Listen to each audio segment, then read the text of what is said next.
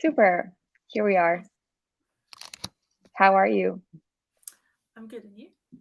I'm good. I'm good. Thank you so much. It's great to have you on. I we were just speaking before that you are joining from Cape Town in South Africa, correct? Yes. Yeah. Amazing. Super. Yeah, so I'd love for you to maybe like start giving a brief introduction about you and also know a little bit about how your story and kind of like where you started within the world of crypto art and NFTs. Great. Well, I'm really lucky because my boyfriend's dad's actually a programmer, and he's very Oh, into wow. all the new technology. Um, so he told me about this site called Super in 2018, and he said, This looks really cool. You should try this out and join it." So I applied, and back then it was very easy to get on. It wasn't like now. I think I got accepted in 3 days or less. There was no video interview, nothing like that. And then I uploaded something, and I think I got a bid on it a few weeks later, and it sold. And then I put something else up, and I didn't get any notifications on it for ages and ages. And then, like 2 years later, I checked my inbox, and I found a bid on it, and it was months ago. So then I was thinking, oh, wow. And I was in a better space with my art then, and I was wanting to experiment some more. So I thought, well, let me put myself fully into this and give it a shot. Considering I draw anyway, might as well try and see if people are interested in it. So I did that, and that was July last year, and I've been doing it since then fully. Wow, so it was like 2018. Like that's a long It was time. the end of the year, though, I think. So it was nearly 3 years, 2.5 years ago. How was it then? Like, do you remember how was the platform? Like, what was the the It vibe was like very back quiet, then? I think, and more experimental. Not so much now. It's got a lot of very finished up 3D art, Hmm. um, and I think before then it was more for people who are experimenting, who are trying out something new. So it's quite different than it was then. But I hadn't really got into it properly. I didn't know what was going on, um, and I was sort of the idea of people buying your digital art was a bit weird. I didn't properly understand it, so I learn more about it now. Um, Amazing. And so, was kind of like in terms of like the transition, like obviously, you mentioned that you draw, like, was it kind of like natural for you to kind of transition to like a more digital practice, or was it something that you discovered through, this process? well, I started doing digital drawing. I think I got a drawing tablet for Christmas when I was living with my parents. Um, but I didn't like it. Was fine, but I didn't like it as much because it felt very disconnected. You're drawing on a separate device that's connected to your computer, where hand drawing, you're drawing on your picture and you see it develop as your fingers move over it. Um, so the drawing tablet, it was fine, but it wasn't. It felt not quite right. But then I got an iPad Pro, and then I started properly doing my digital art. The iPad's amazing, so much better than a drawing tablet. So since then I've been active, and I haven't gone back to hand drawing as much. The iPad's really convenient. You can take it with you everywhere. You only need one pencil. You don't have to get the right lighting to see your drawing properly. Um, it's amazing. It's a great device. How do you think, like, for me, it's like really interesting to see like the kind of the transition from like physical to like digital. Like, is there anything that, you mentioned like it's easier, like you can bring it everywhere. Like, is there anything that you feel like the digital kind of like almost doesn't have with like the physical counterpart? Or, how does that almost like combine or compensate? How do the two like work together or not? Uh, I think mostly having an actual physical copy of your artwork is really nice to put on your wall and display. And printing never gets the same effect. as the screen because it's backlit. So you either have to have a screen to display your work or have it as a wallpaper or something like that. Printing doesn't capture the light quite right, which is also with hand drawing. I never managed to get the light the same way I could with, especially in my drawings, the light is kind of the main focus. Yeah, exactly. Mm. And I tried, so I have like a white pen that I use.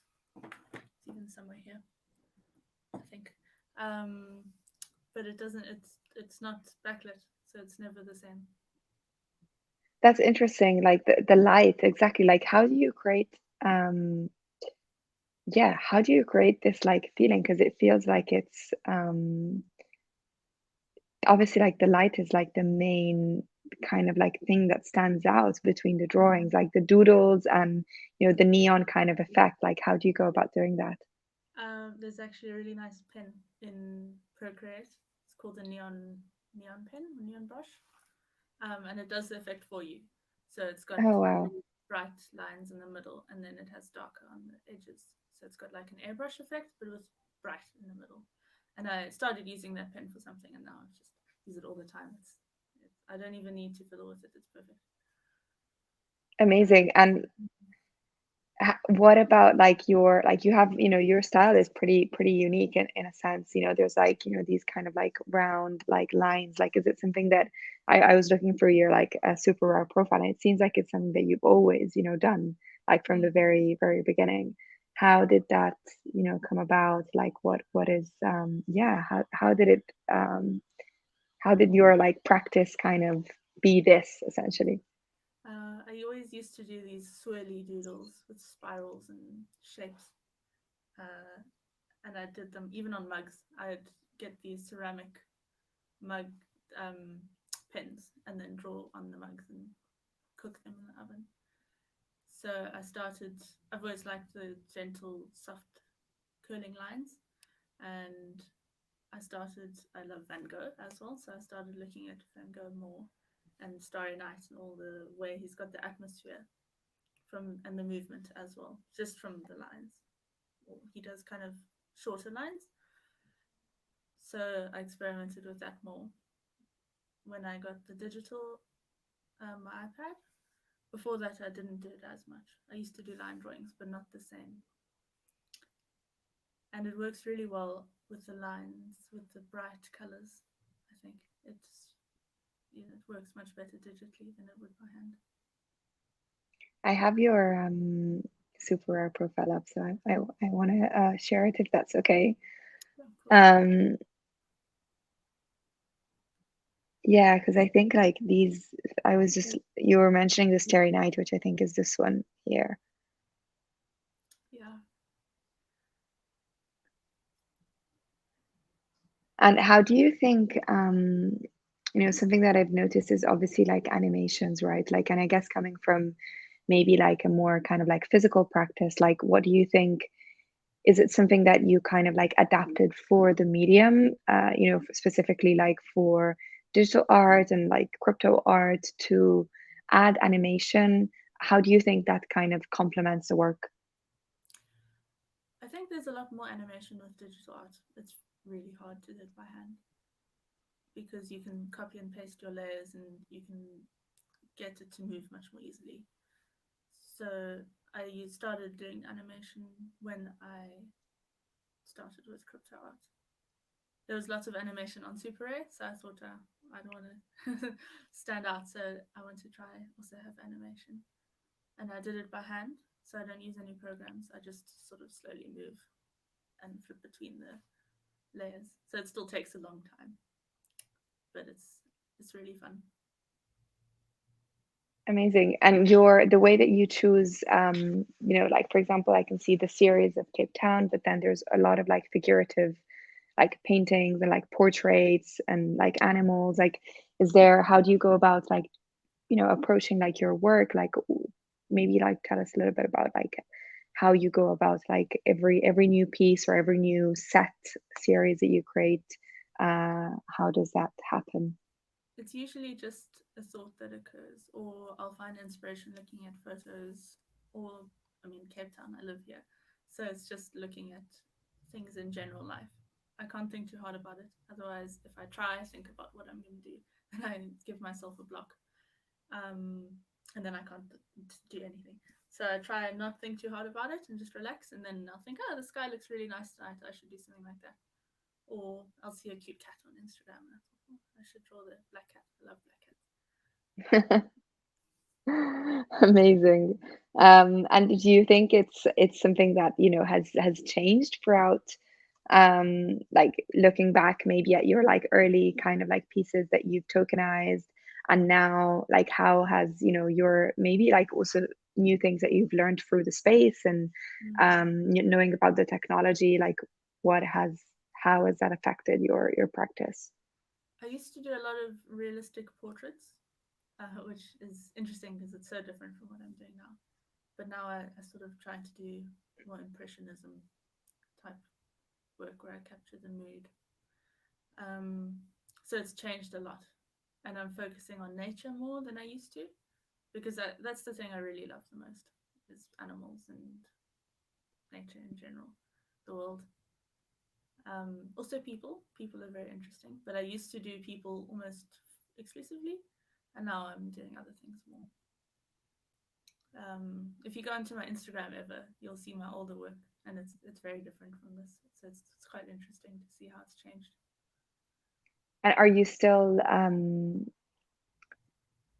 you still like working like physically? Like, are you still doing like other things apart from, NFTs, or is this, has this become I'm trying to.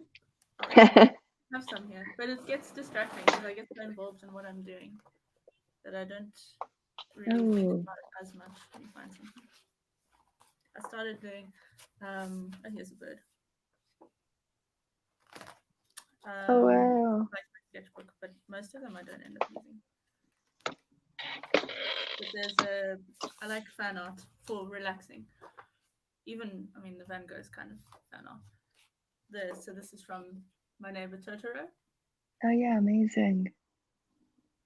and I'm trying to work on it, but it's taking a very long time. And I always get, I mean, when you draw full time, you kind of get tired. And in free time, I mean, you never get tired of drawing, but sometimes if on the weekends and stuff, you want to try something different. So I usually read. So I need to do more hand drawing actually, but I haven't done it for a while. So just to like, get the timeline right, like how old were you when you started, like when you minted your first token on Azubara? I think I was 19. Okay, wow, that's amazing.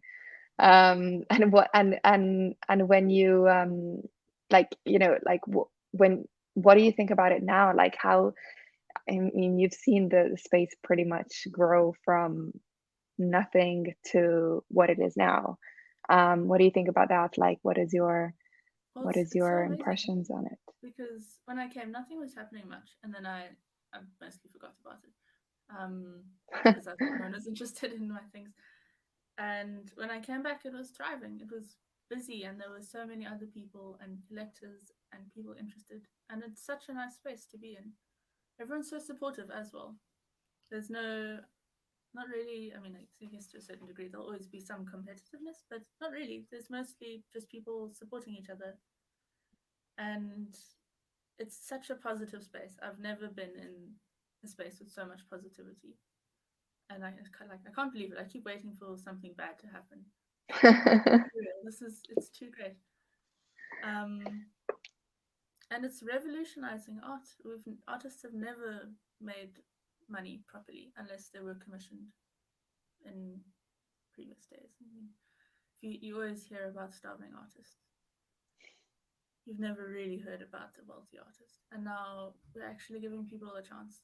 And it's not galleries that are getting the money, it's us. And we can connect to people directly all over the world. It's amazing. I'm so glad I live in this time.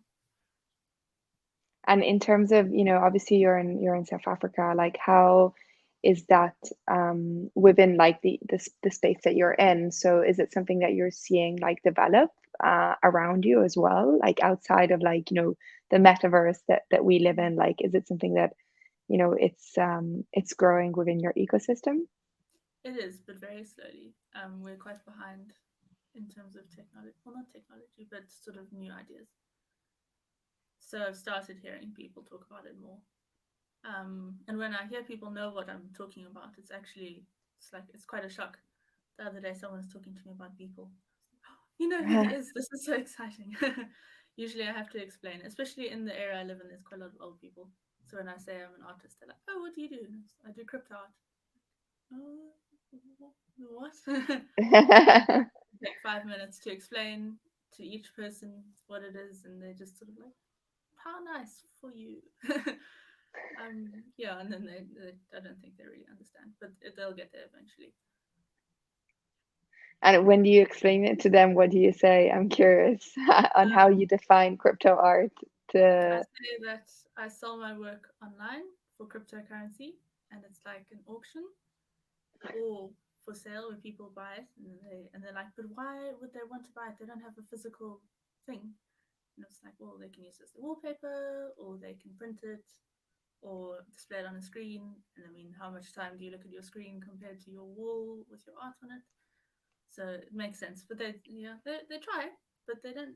It's the physical aspect they don't get so much, where they're not getting like an actual object for their money. And then it's also cryptocurrency, which if they're old, they don't. Not all old people, but a lot of them don't really get in the first place. yeah, of So it course. makes it confusing. But it's nice how hard they try to understand. And I think hopefully I'm warming them up to the idea. What do you think about the physical like pieces? I think like especially now, maybe like with like more traditional art world kind of coming into the space, we hear a little bit about combining like NFTs and like physical counter pieces. Is that something that you've tried? Is it something that you think is, especially maybe like for you, essentially coming from like a drawing background? What do you think Mm. about that? I'd love to do physicals for my work. I'm trying to figure out how it would work if they resell, Yeah, because then I'm not the one sending the physical, that's someone else in charge of it. So I don't know how I'd organize that. But I am organizing or wanting to do physicals. It would be sort of a light box type thing so that it's still backlit. Otherwise, I lose the lighting. So I have one actually. I'm still working on it though. But amazing. I've got a prototype, and I'm hopefully gonna start doing that for my one out of ones, or probably on Super Rare, where I'll ship off a physical for the edition. I That's think it's really great. nice to combine them though, if you can. Obviously, the NFT is sort of the most important part because you can verify the artwork and the history. But it's really nice if it comes with a physical too. And when it comes to, I don't know, like obviously like you've been in a space like quite a while. Like what are things that, you've kind of like learned along the way, like especially if there's like newer artists like coming in, like what are some of the areas that you would some just some tips or things that you've encountered? I think it's being consistent is the main thing. A lot of people come in because they expect to do really well and then they give up when they don't. Mm, But I mean, I took 2 years to properly learn, and that wasn't me being fully active. But it can take a long time, and it's worth sticking with. Like with anything, you kind of have to persevere. And also, if you kind of have some elements that pull your work together so it's recognizable, um, whether it's your theme or a style or something, because it's nice when people can recognize you in your work. But I think consistency is the main thing, even if you do different work and experiment. It's just not giving up.